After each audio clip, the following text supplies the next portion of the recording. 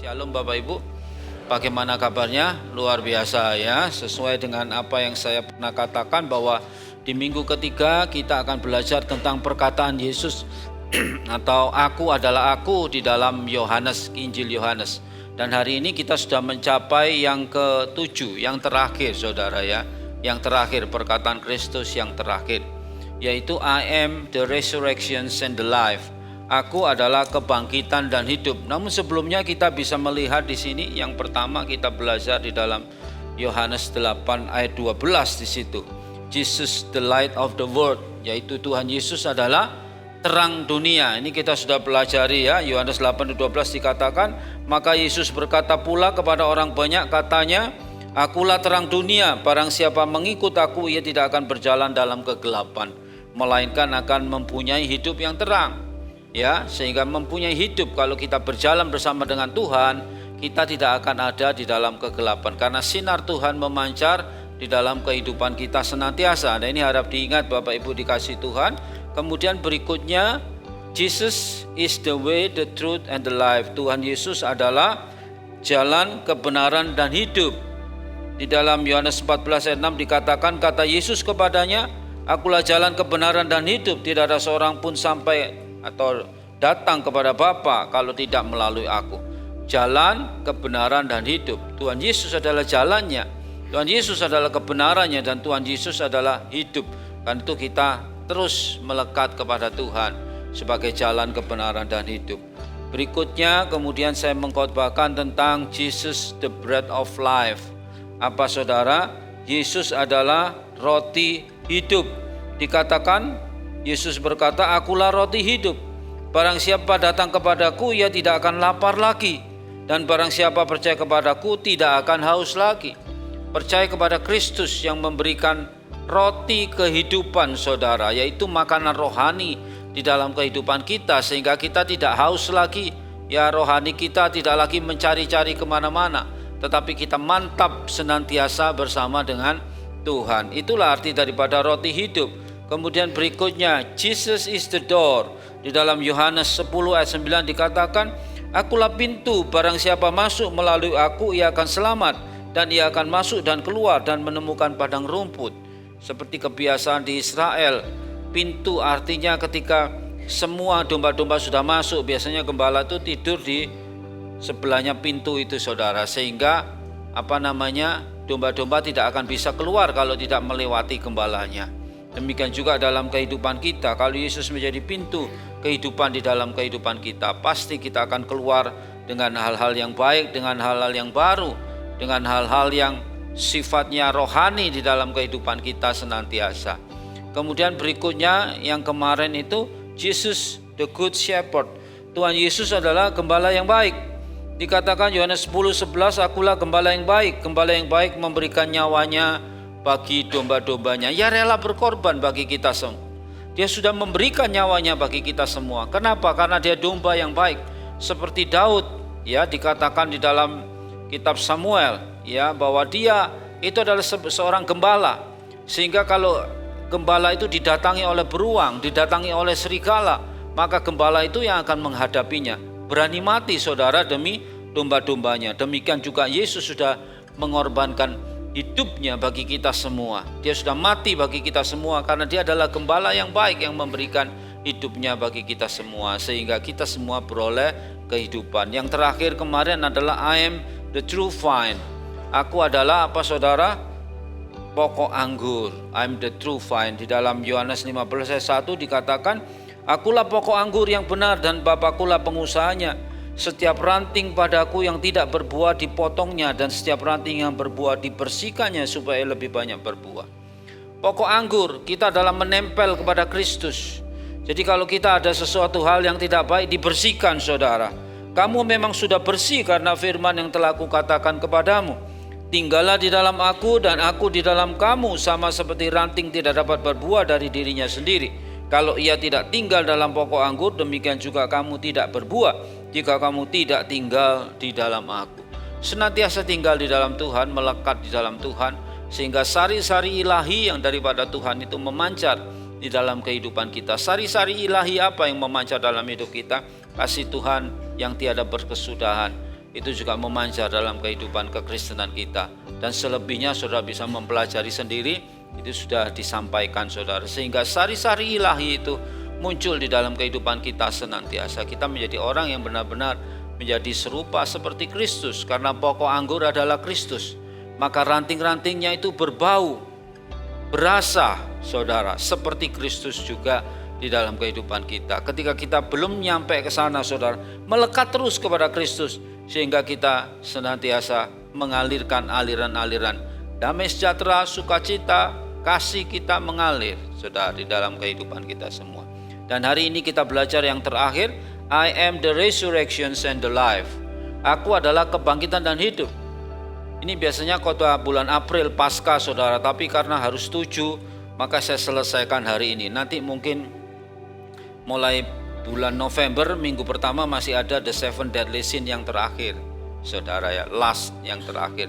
Nanti minggu ketiga saya akan mulai khotbah Natal di dalam November minggu ketiga dan Desember minggu pertama, minggu ketiga saudara, nanti sampai masuk di dalam Natal kita akan belajar tentang mujizat-mujizat Natal di dalam kehidupan kita. Nah, coba kita lihat sekarang, I am the resurrection and the life, itu di dalam Yohanes 11 ayat 25 berkata begini saudara. Jawab Yesus, akulah kebangkitan dan hidup.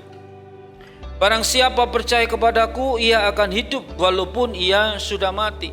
Ini sama dengan Roma 6 ayat 4 yang mengatakan dengan demikian kita telah dikuburkan bersama-sama dengan Kristus oleh kematian, ya. Dan kita juga dibangkitkan bersama-sama dengan Kristus dan kita memperoleh hidup yang baru. Akulah kebangkitan. Saudara, ini adalah sesuatu hal yang istimewa di dalam kehidupan kita yang penting. Kalau Tuhan Yesus tidak bangkit, tidak mungkin kita semua selamat, saudara. Kalau Tuhan Yesus tidak bangkit, Dia bukan Allah. Kalau Tuhan Yesus tidak bangkit, maka semua kebenaran firman Tuhan itu dinyatakan salah, saudara, karena tidak ada keselamatan. Nah, karena itu penting sekali. Makanya yang terakhir, jawab Yesus, akulah kebangkitan dan hidup. Barang siapa percaya kepadaku, ia akan hidup walaupun ia sudah mati. Ini pernyataan yang luar biasa. Dia hidup. Kenapa? Karena kehidupan di dunia satu kali ditutup dengan kematian. Tetapi bukan kematian seperti yang dibicarakan oleh orang-orang biasa yang mengatakan bahwa ya hidup ini cuman di dunia ini saja. Tetapi ada kehidupan sesudah kematian yang disebut sebagai kehidupan yang kekal. Makanya dikatakan ia akan hidup walaupun ia sudah mati, saudara. Dikatakan berikutnya dalam Yohanes 11 ayat 25, Yesus membuat pernyataan yang mendalam. Bisa keluar ya. Ya, ini ya. Jadi dalam Yohanes 11 ayat 25, Yesus membuat pernyataan yang mendalam tentang identitas dan kuasanya. Identitasnya Dia siapa? Dia adalah Allah. Dan kuasanya adalah membuat mujizat-mujizat, membangkitkan orang mati dan lain sebagainya. Ia menyatakan akulah kebangkitan dan hidup. Kata-kata ini menawarkan harapan saudara dan penghiburan bagi mereka yang menghadapi kematian, kehilangan atau ketidakpastian. Mari kita telah makna pernyataan Yesus ini dalam khotbah berikut ini saudara. Jadi ini memberikan harapan kepada kita di dalam kehidupan yang ada ketidakpastian. Jadi barang siapa percaya kepada Kristus, dia akan dibangkitkan juga bersama-sama dengan Kristus.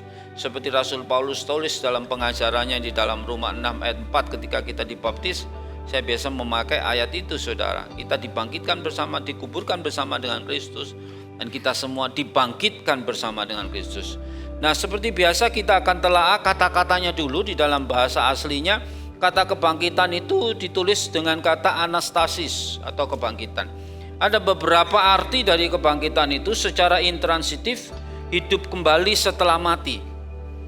Kebangkitan itu hidup kembali setelah mati. Tapi kemudian beroleh kehidupan yang kekal. Saudara, Lazarus boleh dibangkitkan. Ya. Tapi setelah itu Lazarus juga akan mati, saudara. Makanya kadang-kadang orang mencari mujizat untuk kesembuhan itu sesuatu yang baik. Mencari mujizat untuk kesehatan adalah sesuatu yang baik. Tapi jangan lupa bahwa pada akhirnya toh juga kita akan kembali kepada Tuhan. Kehidupan kekal itu yang penting di dalam kehidupan kita.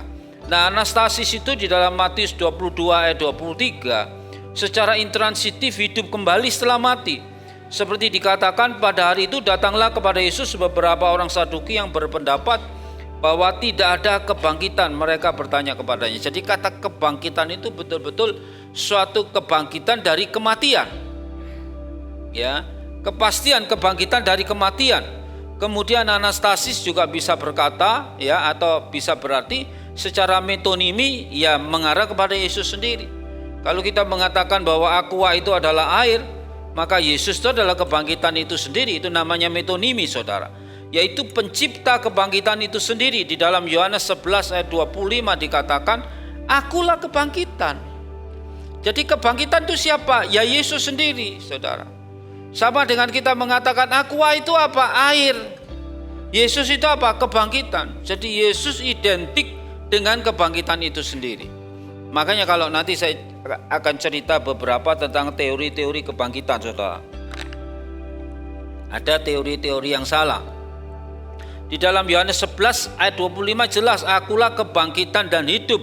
Barang siapa percaya kepadaku, ia akan hidup walaupun ia sudah mati. Berikutnya anastasis ya, secara kiasan ya, seiring naiknya status ke status yang lebih tinggi.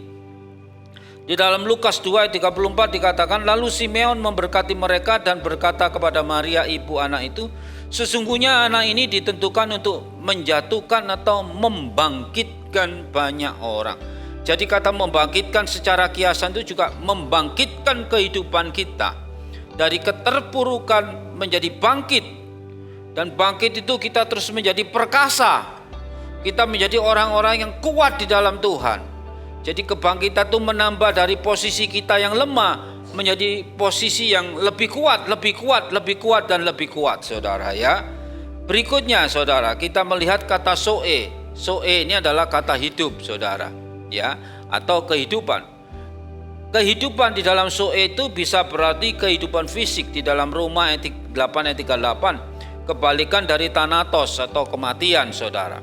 Dikatakan di sini, sebab aku yakin bahwa baik maut maupun hidup, baik malaikat-malaikat maupun pemerintah-pemerintah, baik yang ada sekarang maupun yang akan datang. Jadi baik maut maupun hidup. Jadi betul-betul satu kehidupan, hidup ya di dalam kehidupan kita. Kemudian berikutnya kata soe juga berarti apa, saudara? Yaitu kehidupan adikodrati, kebalikan dari do teneton ya, atau apa yang harus mati, atau phthora, kehancuran atau kematian, diterima oleh orang percaya sebagai anugerah dari Tuhan. Kebalikan, saudara, jadi kebalikan dari teneton atau apa yang harus mati, berarti kehidupan itu adalah satu kehidupan lawan daripada kematian. Dikatakan dalam Yohanes 3 ayat 36, barang siapa percaya kepada anak, ia beroleh hidup yang kekal. Saudara, hidup yang kekal. Tetapi barang siapa tidak taat kepada anak, ia tidak akan mendapat melihat hidup, melainkan murka Allah yang tetap ada di atasnya. Kemudian di dalam 1 Yohanes ya. 1 Yohanes tidak saya ambil ayatnya, langsung saja berikutnya. Dialami baik saat ini di dalam Roma 6 ayat 4 maupun selama-lamanya. Kalau kita dapat hidup saat ini hidup, nanti kita mati kembali hidup selama-lamanya. Dikatakan Roma 6 ayat 4 yang saya ambil tadi, dengan demikian kita telah dikuburkan bersama-sama dengan Dia oleh baptisan dalam kematian, supaya sama seperti Kristus telah dibangkitkan dari antara orang mati oleh kemuliaan Bapa. Dengan demikian juga kita akan hidup dalam hidup yang baru, hidup yang selama-lamanya bersama dengan Tuhan, saudara. Kemudian soe juga bisa berarti ya di dalam Markus 10 ayat 30 ya. Orang itu sekarang pada masa ini juga akan menerima kembali 100 kali lipat rumah, saudara laki-laki, saudara perempuan, ibu, anak dan ladang, sekalipun disertai berbagai penganiayaan, dan pada zaman yang akan datang ia akan menerima hidup yang kekal. Jadi pengertian soe itu adalah suatu kehidupan yang kekal ya. Berikutnya juga dipandang sebagai atribut Tuhan. Jadi kehidupan itu sebagai atribut Tuhan. Di dalam 1 Yohanes 5 ayat 20 ya, akan tetapi kita tahu bahwa anak Allah telah datang dan telah mengaruniakan pengertian kepada kita, supaya kita mengenal yang benar dan kita ada di dalam yang benar. di dalam anaknya Yesus Kristus, dia adalah Allah yang hidup dan kekal. Jadi atribut daripada Tuhan sendiri adalah kekekalan. Ketika kita percaya kepada Tuhan, maka kita masuk di dalam kekekalannya. Yang terakhir, kata Zoe di dalam Yohanes 25 ayat 26b dikatakan, demikian juga diberikannya anak, mempunyai hidup dalam dirinya sendiri. Jadi lambang kehidupan.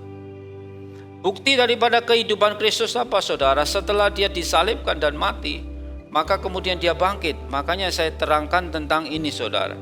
Kubur yang kosong. Kubur kosong itu menandakan bahwa Yesus adalah hidup. Seperti lagu Sebab Dia Hidup. Kubur kosong membuktikan Dia hidup, sebab Dia hidup. Nanti nyanyi lagu itu ya, saudara. Ada hari esok, saudara ya. Jadi kubur kosong, teori kubur kosong kebangkitan itu ya. Yang pertama, saudara, ada yang berkembang yang sering diceritakan oleh orang-orang di luar sana, bahwa jemaat saudara, bahwa jasad daripada Yesus dicuri. Ini namanya teori jasad yang dicuri, saudara. Ini berkembang pada abad-abad awal, saudara. Mereka ada rumor ya. Selain teori kebangkitan, teori yang paling kuno yang menjelaskan kubur kosong adalah bahwa para murid mencuri jasad Yesus dan kemudian menciptakan kabar bohong bahwa Yesus telah bangkit dari antara orang mati. Pandangan ini beredar pada zaman Perjanjian Baru. Matius menuliskan bahwa tua-tua Yahudi memberikan uang kepada para prajurit penjaga kubur Yesus dan menyuruh mereka untuk berkata, murid-muridnya datang pada waktu malam dan mencuri jasadnya ketika kami tidur.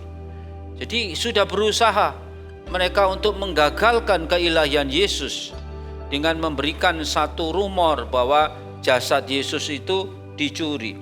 Tetapi teori ini tidak membuktikan apa-apa. Kenapa, saudara? Kalau tahu jasadnya dicuri, saudara, dan Yesus tidak bangkit dari kematian, tidak mungkin murid-muridnya mau, istilahnya dalam bahasa Jawa, belani mati, saudara, bagi Kristus.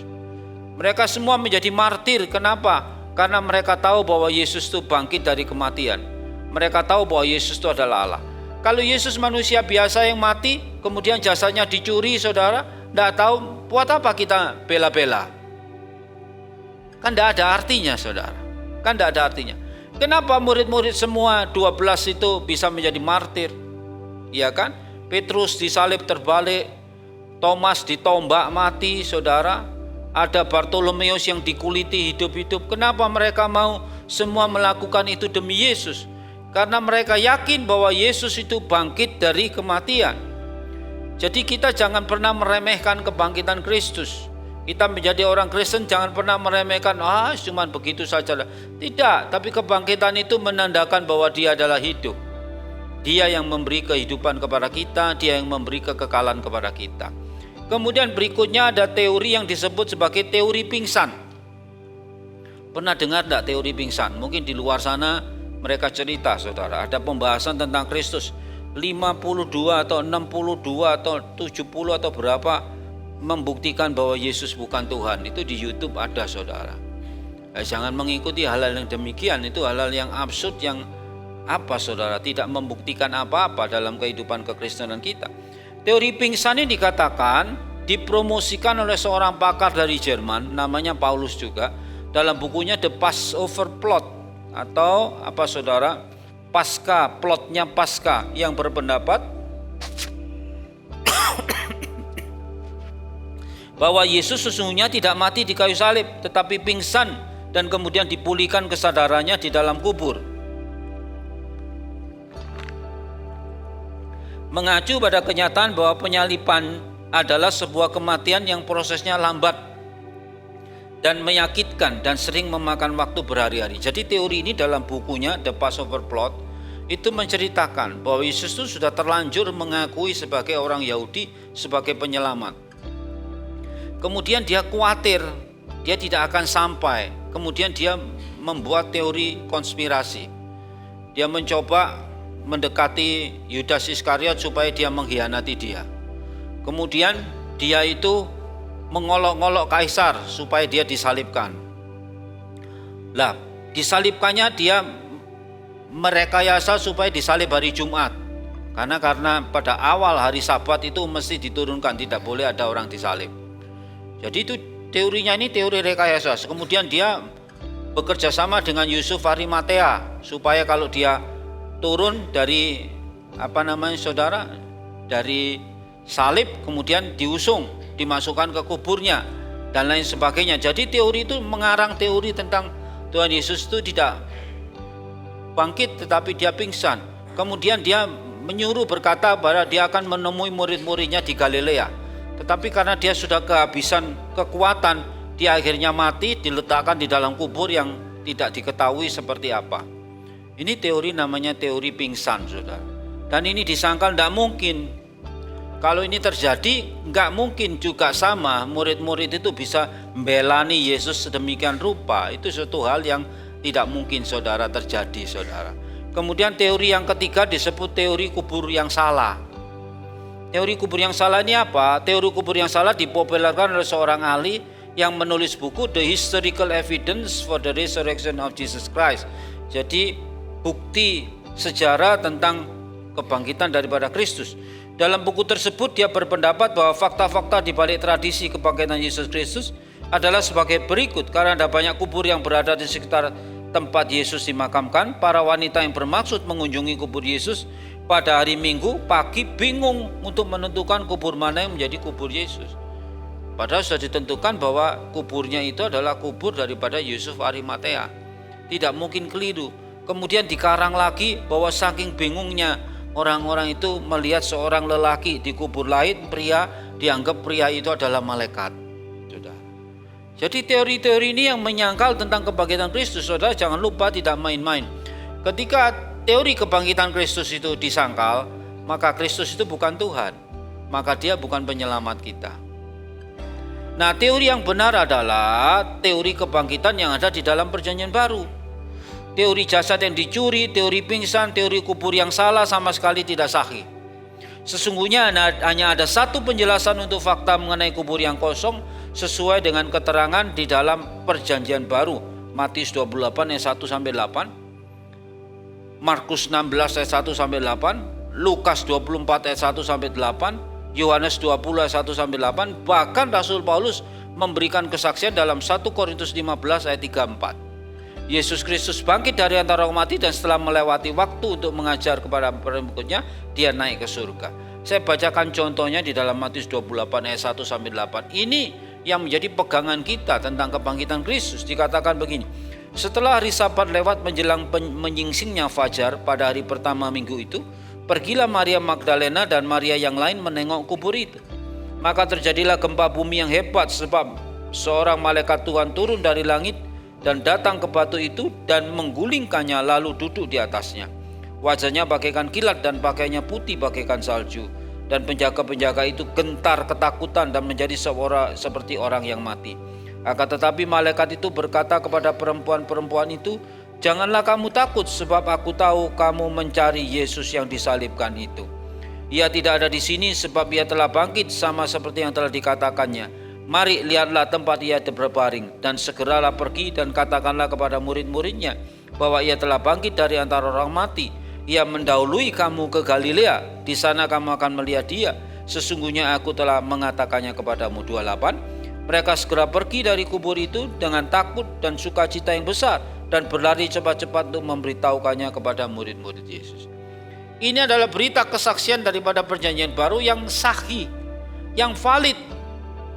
Bukan tentang cerita-cerita isapan jempol yang dikarang oleh walaupun para ahli, walaupun mereka teolog mengarang-mengarang yang demikian tidaklah benar, karena 4 Injil plus 1 kesaksian Paulus.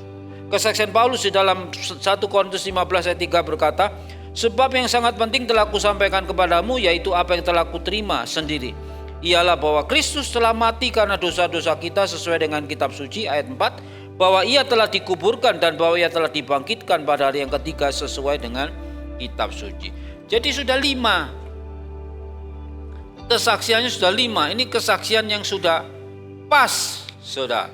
Tidak bisa disangkal lagi. Jadi kalau saudara ketemu dengan orang-orang yang menyangkal kebangkitan Kristus dan yang mengatakan bahwa Yesus bukan Tuhan, kalau tidak bangkit ya bukan Tuhan, maka saudara bisa mempelajari ke 5 daripada ayat-ayat di dalam perjanjian baru ini adalah bukti. Kan tidak mungkin mereka kong kali kong menulis surat-surat ini yang isinya sama. Ini adalah saksi mata dalam Kristus Yesus sehingga mereka berani mengatakan demikian. Dan yang indahnya mereka berani mati bagi Kristus. Ini orang yang luar biasa, saudara. Kalau kita tidak melihat hal yang sesungguhnya kemudian kita berani mati, itu kan konyol. Tapi ketika kita melihat sesungguhnya, kita berani mati, itu sesuatu yang indah. Makanya ketika iman kita percaya kepada Kristus sungguh-sungguh, maka kita berani mati demi Kristus karena kita mendapatkan kekekalan di sana, saudara. Kalau hanya cuman percaya-percayaan saja, tidak sungguh-sungguh, maka kita tidak bisa all out di dalam Tuhan. Tidak bisa seluruhnya memberikan hidup kita kepada Tuhan. Mungkin hanya separuh-separuh, saudara. Tapi kalau kita betul-betul mengetahui tentang kebenaran ini, kita bisa all out. Berdoanya juga all out. Baca firman-Nya all out, saudara. Pergi ke gerejanya all out semua, saudara. Semua untuk Tuhan. Mark Driscoll mengatakan demikian, saudara. Ini sesuatu yang indah dikatakan. Tak seorang pun bisa tetap netral mengenai kebangkitan Kristus. Tidak ada yang netral. Klaimnya terlalu mengejutkan, peristiwanya terlalu mengguncang dunia, implikasinya terlalu signifikan, dan masalahnya terlalu serius. Kita harus menerimanya atau menolaknya sebagai kebenaran bagi kita. Bersikap acuh tak acuh atau ragu-ragu berarti menolaknya. Jadi mutlak kita harus terima bahwa Kristus telah bangkit daripada kematian. Akulah kebangkitan dan hidup. Nah, sekarang kita lihat makna daripada kebangkitan Kristus yang terakhir, saudara. Makna kebangkitan Kristus itu bagi orang percaya seperti apa, saudara? Ada 3 makna. Nah, ini biar termeterai di dalam hati kita dan diingat terus ya. Karena di dalam Kristus ada harapan. Karena Kristus bangkit, naik ke surga, menyediakan tempat yang kekal bagi kita. Tidak ada orang-orang lain yang menjadi pemimpin, yang mati kemudian bangkit dan menyediakan tempat bagi kita umatnya. Tidak ada, saudara. Kita itu istimewa banget. Sangat spesial, saudara. Kepercayaan kita kepada Kristus itu sangat spesial, saudara ya. Nah, yang pertama mana kebangkitan kalau kita telusuri, kuasa Yesus atas maut. Allah menguasai maut, saudara. Kuasa Yesus atas maut. Jadi maut tidak bisa lagi mengalahkan Kristus. Nah, karena itu implikasinya dalam kehidupan kita apa? Penyataan Yesus merupakan klaim keilahian.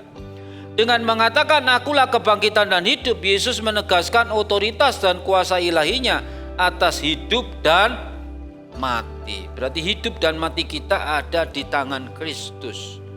Kalaupun hidup bagi Kristus. Kalau hidup bagiku adalah Kristus. To live is Christ, katanya Paulus. But to die is gain. Tetapi mati adalah keuntungan, saudara.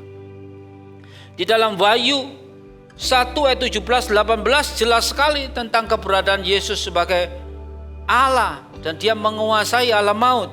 Ketika aku melihat dia, Yohanes ketika melihat bayangan Kristus, tersungkurlah aku di depan kakinya sama seperti orang yang mati. Tetapi ia meletakkan tangan kanannya di atasku lalu berkata, jangan takut. Aku adalah yang awal, Alfa dan Omega. Aku adalah yang awal dan yang akhir. Dan yang hidup, aku telah mati, namun lihatlah, aku hidup sampai selama-lamanya.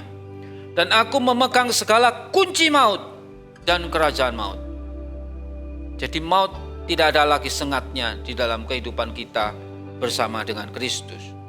Nah, implikasi yang keduanya apa? Kuasa Yesus ditunjukkan melalui mujizat-mujizatnya. Yesus membangkitkan Lazarus dari kematian, menunjukkan kuasanya untuk memberi hidup dan mengalahkan maut. Selagi dia hidup pun, dia sudah berbuat atau melakukan mujizat yang menandakan keilahiannya di dalam Yohanes 11, 4. Dan sesudah berkata demikian, berserulah ia dengan suara keras, Lazarus, marilah keluar. Orang yang telah mati itu datang keluar. Keluar, kaki dan tangannya masih terikat dengan kain kapan dan mukanya tertutup dengan kain peluh. Kata Yesus kepada mereka, bukalah kain-kain itu dan biarkan dia pergi. Bukti daripada dia Allah. Bukti daripada dia menguasai kematian, menguasai alam maut. Dia membangkitkan Lazarus, walaupun saya tadi katakan setelah itu Lazarus kemana? Ya mati lagi, saudara.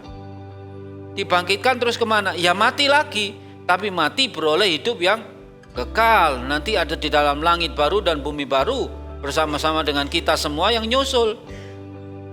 Ya, yang nyusul Lazarus nanti saudara ketemu bersama dengan dia. Seperti itu saudara. Kehidupan di dunia itu sementara. Kalau Tuhan sudah memberikan kekuatan kepada kita, menyembuhkan sakit kita yang parah dan lain sebagainya, itu adalah bukti mujizat bahwa Tuhan itu adalah Allah, bahwa Yesus itu adalah Allah. Tetapi bukan sampai demikian kesembuhan saja, toh kita juga harus balik saudara. Tapi dia memberikan kehidupan yang kekal bagi kita. Nah, ini dikatakan oleh Wolfhard Vandenberg, dia berkata begini, bukti kebangkitan Yesus begitu kuat sehingga tak seorang pun akan meragukannya, kecuali karena dua hal. Pertama, itu adalah peristiwa yang sangat tidak biasa, dan kedua, jika Anda percaya itu terjadi, Anda harus mengubah cara hidup Anda. Saudara, ini adalah pertanyaan di dalam kehidupan kita. Seringkali kita mengatakan Yesus adalah Allah, Yesus adalah juru selamat dan lain sebagainya. Namun implikasinya, pengejawantahannya di dalam kehidupan kita itu apa? Apakah kita semakin sungguh-sungguh mengikut dia? Apakah kita semakin melekat kepada dia? Atau ya sudah, pokoknya aku sudah selamat, sekarang hidupku ya sudah tidak apa-apa, yang penting sudah ada jaminan. Kan tidak seperti itu. Tapi orang yang sungguh-sungguh percaya kepada Kristus, percaya kepada kebangkitan Kristus, adalah orang yang mau berbenah diri dan menjadi serupa seperti Kristus. Sama seperti murid-muridnya ketika dia melihat bahwa Yesus memang bangkit, maka dia mau jadi martir, maka dia mau memberitakan kebenaran firman Tuhan. Maka ketika dia harus mati, dia rela saudara, tidak kecewa saudara. Rasul Petrus pun demikian. Dia suka menyangkal Yesus, bukan suka, tapi pernah menyangkal Yesus. Tetapi ketika dia sudah bertobat dan dia tahu bahwa ini adalah juru selamatnya yang kekal saudara, maka dia tidaklah mau lagi mengecewakan Kristus.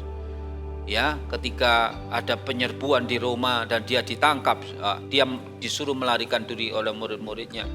Dia melarikan diri tapi ketemu dengan penampakan Kristus yang sering disebut dalam bahasa Latin Quo vadis Domine, mau kemana engkau Tuhan?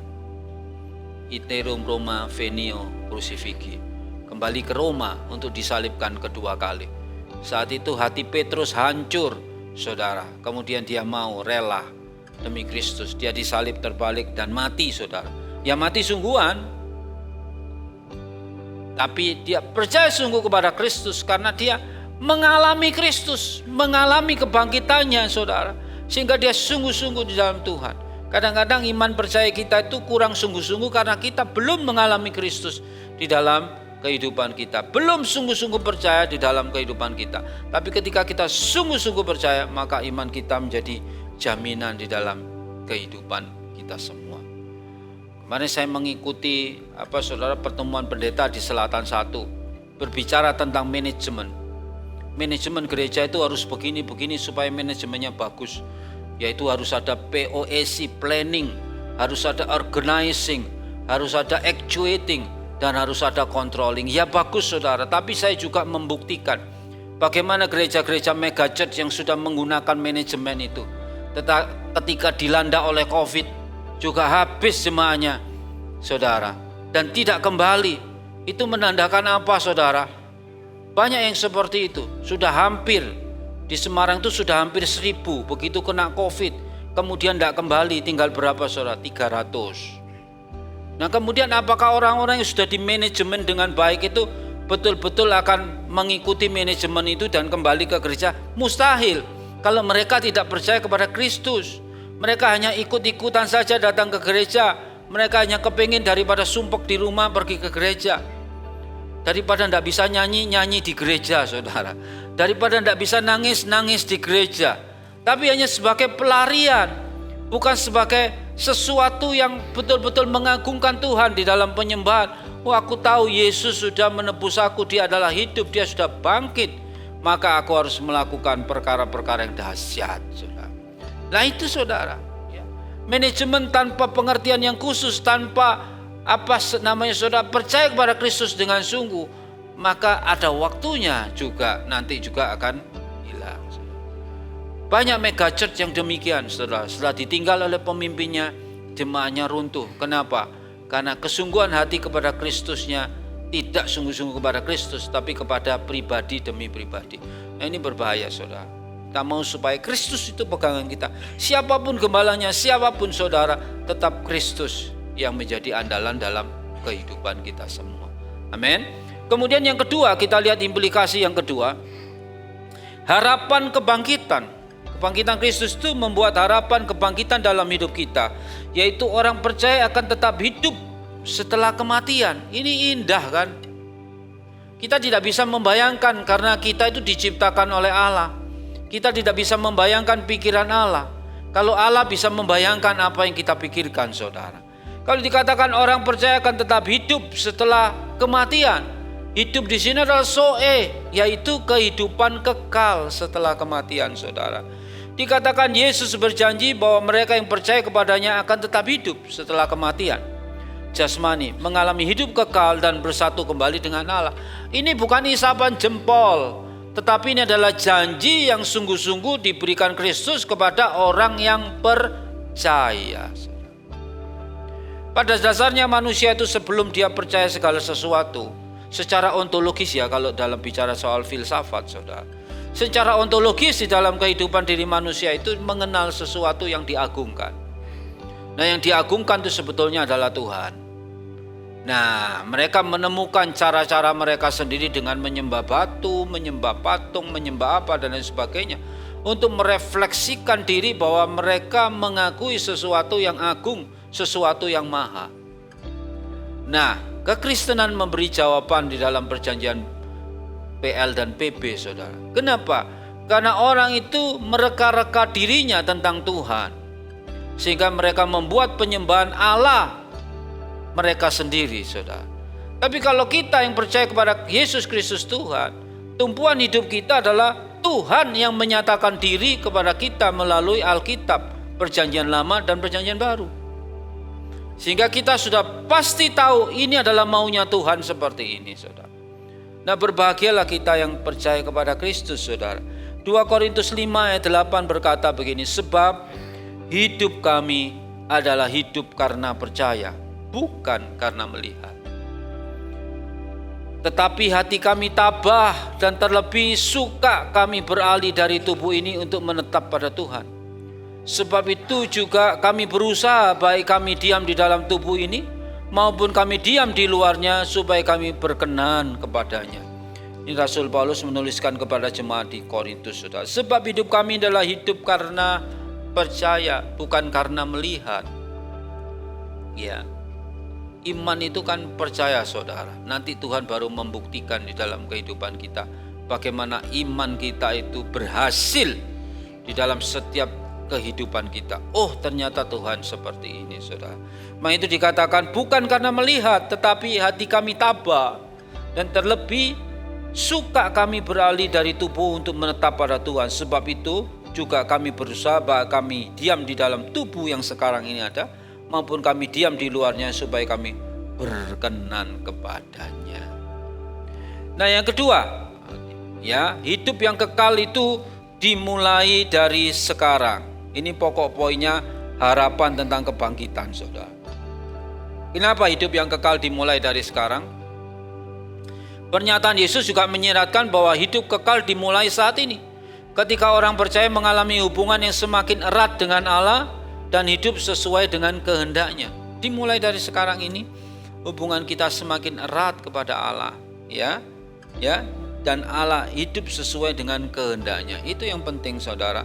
Di dalam Filipi 1 ayat 20-21 saya ambil, saya senang ayat-ayat Rasul Paulus ini.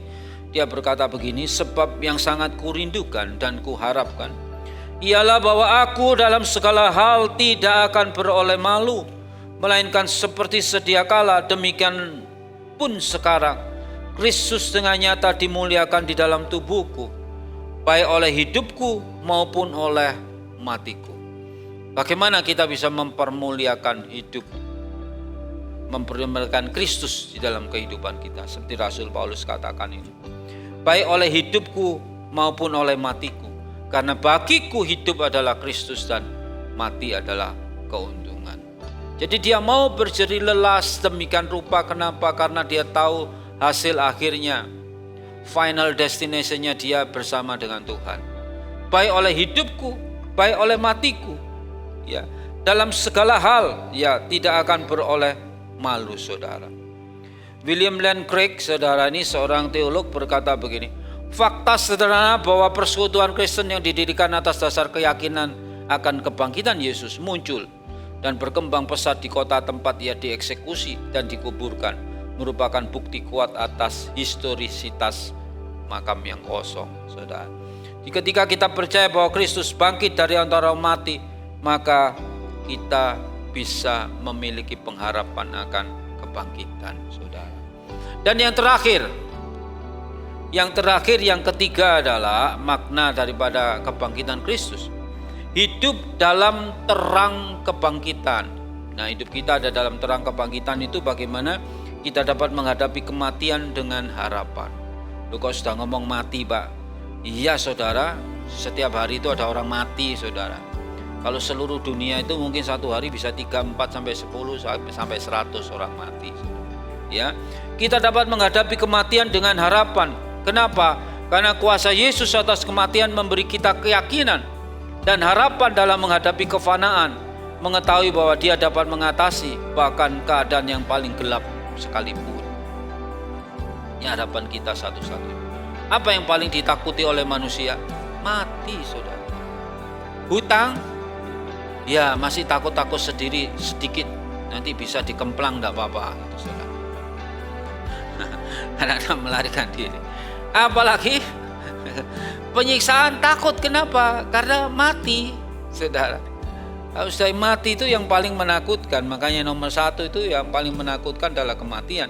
Dan di sini dikatakan kuasa Yesus atas kematian memberi kita keyakinan dan harapan dalam menghadapi kefanaan, mengetahui bahwa Dia dapat mengatasi bahkan keadaan yang paling gelap sekalipun, karena dunia ini fana. Dalam 1 Korintus 15 ayat 55 sampai 57. Hai maut, di manakah kemenanganmu? Hai maut, di manakah sengatmu? Sengat maut ialah dosa dan kuasa dosa ialah hukum Taurat. Tetapi syukur kepada Allah yang telah memberikan kepada kita kemenangan oleh Yesus Kristus Tuhan kita. Yang artinya Rasul Paulus itu mau berkata bahwa jangan takut kalau suatu saat dipanggil Tuhan. Hai maut, di mana sengat? Karena maut itu sudah tidak ada sengatnya. Karena kalau kita sudah dipanggil Tuhan, itu bersama dengan Tuhan, bukan di alam maut. Seperti Lazarus si miskin dengan orang kaya. Ketika dipanggil Tuhan, Lazarus si miskin itu ada di pangkuan Abraham. Gambaran dari orang-orang pada saat itu bahwa Abraham ini dituahkan. Abraham ini diidolakan. Sehingga kalau ada di dalam pangkuan Abraham ini berarti ya sudah pasti keselamatan. Sedangkan orang kaya itu ada di jurang yang sangat dalam disebut sebagai alam maut. Nah, kita pun demikian, saudara. Tuhan sudah menguasai alam maut, sehingga ketika kita mati pun kita ada di suatu penampungan bersama-sama dengan orang percaya, yaitu Bapak Abraham. Bukan di penampungan alam maut di mana kita mesti kena panas dan lain sebagainya. Ini aja beberapa hari ini terik panasnya sudah kayak begitu. Danio nanti di sana, saudara. Ngerti Danio toh? Danio ning kono kok. Waduh, panasnya nggak karu-karuan. Rasanya sudah panas gitu ya. Ya. Karena itu yang kedua, yang terakhir ya, kita dapat hidup dengan tujuan. Percaya kepada kuasa Yesus untuk memberikan kehidupan dan kebangkitan memotivasi kita untuk hidup dengan tujuan, memprioritaskan apa yang benar-benar penting di mata Tuhan. Ini loh. Kadang skala prioritas itu kan harus ada dalam hidup kita. Skala prioritas, ini yang biasa, ini yang penting, ini yang sangat penting, ini yang sangat mendesak, dan lain sebagainya. Roma 8 ayat 38-39 ini ayat yang terakhir. Sebab aku yakin bahwa baik maut maupun hidup, baik malaikat-malaikat maupun pemerintah-pemerintah, baik yang ada sekarang maupun yang akan datang, atau kuasa-kuasa, baik yang di atas maupun yang di bawah, ataupun sesuatu makhluk lain, tidak akan dapat memisahkan kita dari kasih Allah yang ada dalam Kristus Yesus Tuhan kita. Jadi kalau sudah gandol Tuhan itu sudah enak, saudara. Terakhir Billy Graham berkata, seluruh rencana masa depan memiliki kuncinya, yaitu dalam kebangkitan Kristus. Masa depan kita sungguh ada karena Kristus sudah bangkit bagi kita semua. Mari pemain musik saya undang ke depan. Kesimpulannya, nanti main G ya, sebab dia hidup ya. Kesimpulannya, pernyataan Yesus, akulah kebangkitan dan hidup, menawarkan harapan dan penghiburan yang mendalam. Ya, semoga kita percaya pada kuasa dan janji-janjinya, menjalani hidup kita dengan tujuan dan harapan dalam terang kebangkitannya. Jadi hidup selalu dengan tujuan dan harapan.